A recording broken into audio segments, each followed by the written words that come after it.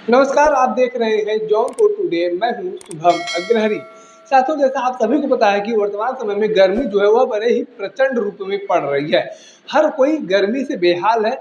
लेकिन आपको बता दें कि इस बेहाल गर्मी में, इस तपती गर्मी में विभागीय लापरवाही इतनी बढ़ गई है कि बिजली विभाग की व्यवस्थाएं जो है वह पूरी तरीके से चरमरा गई हैं। जी हाँ, हम अभी बात कर रहे हैं जौनपुर के शहरी इलाकों की।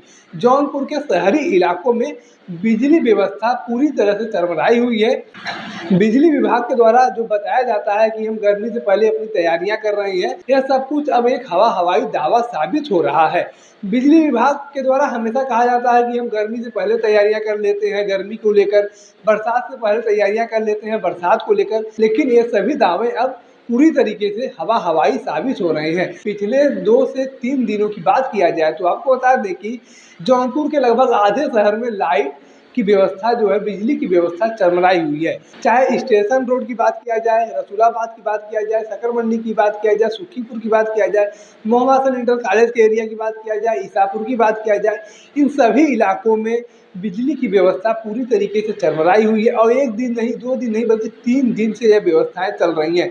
कहीं तार टूट जा रहा है, कहीं ट्रांसफार्मर जल जा रहा है, इस तरीके की बातें सामने आ रही हैं।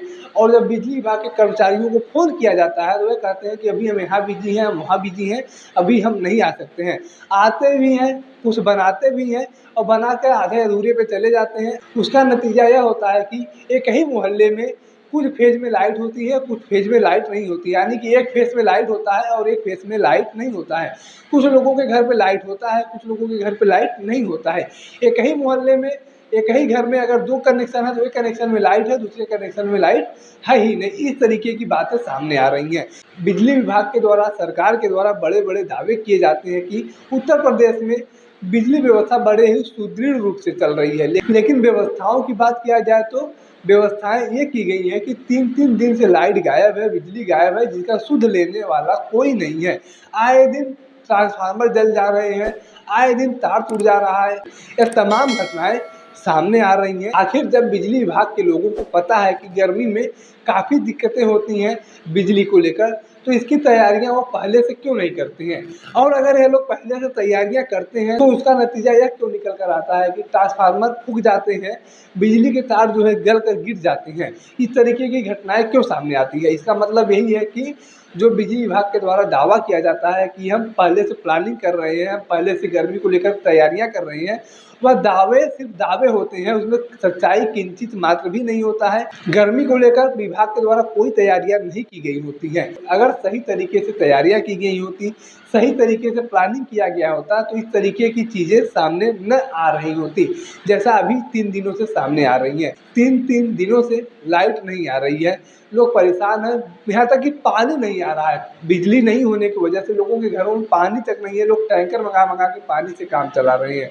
इस तरीके की व्यवस्थाएं सरकार के द्वारा दी गई हैं। सरकार तो कहती है उत्तर प्रदेश बहुत विकास कर रहा है।